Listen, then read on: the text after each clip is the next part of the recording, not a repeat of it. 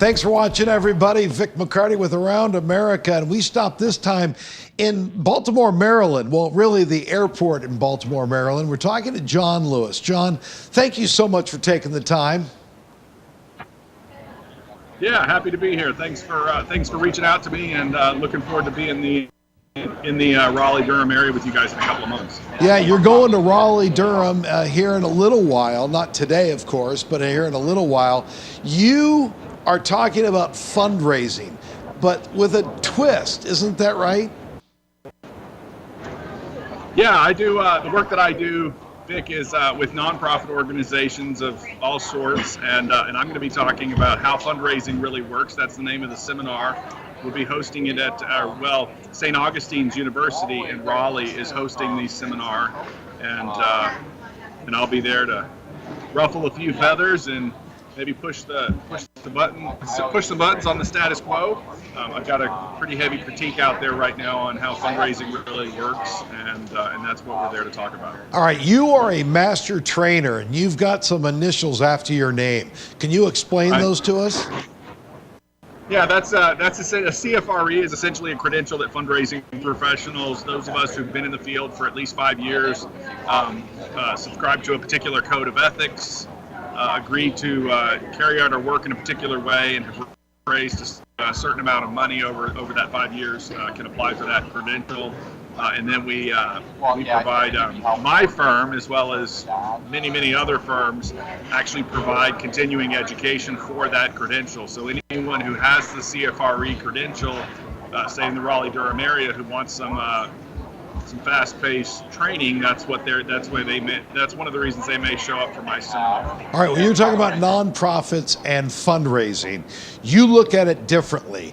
What is the way to go, and what are people doing incorrectly, perhaps?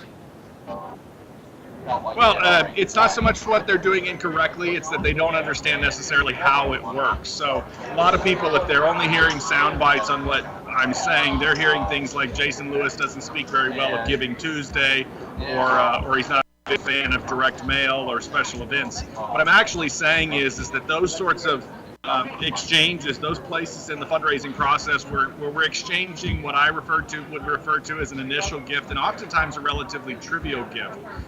Generally, if you attend a special event, generally on Giving Tuesday, and certainly if you're getting via direct mail, you're not necessarily making the most significant contributions that any of us would necessarily be making. And so I want nonprofit organizations to understand that that's the first gift in the process, and that if they don't have systems and processes, and essentially if they don't have an organizational culture that moves the donor away from that initial gift and towards more meaningful contributions and consequently a more meaningful relationship with the cause, they're not going to be hitting their fundraising goals. Now, you have clients, you go out and do events, and you've also written a book, The War for Fundraising Talent. Can you kind of give us the elevator speech on what the book's about? Yeah, so the what about there is not the competition between who gets to hire Jason and who gets to hire Vic. Talking about there is sort of an ideological warfare that's happening within the sector on how this fundraising process really works. And one side of the battle line, I guess you could say, is assumes that it's the constant acquisition of new donors, and so that's why these groups are very fascinated by things like Giving Tuesday, because if they can continue to bring in more and more donors, regardless of what the size and significance of those gifts happen to be, they're fine with that.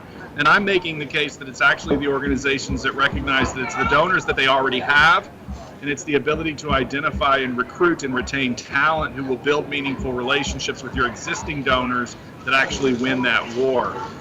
Most of my consulting work, Vic, is focused almost exclusively on developing that talent. So I'm not really about carrying out capital campaigns. I'm not about helping my clients put on great special events or direct mail campaigns, but I'm all about identifying talent and training them up to be really good at this type of work. Jason Lewis, thank you very much for your time. We appreciate it.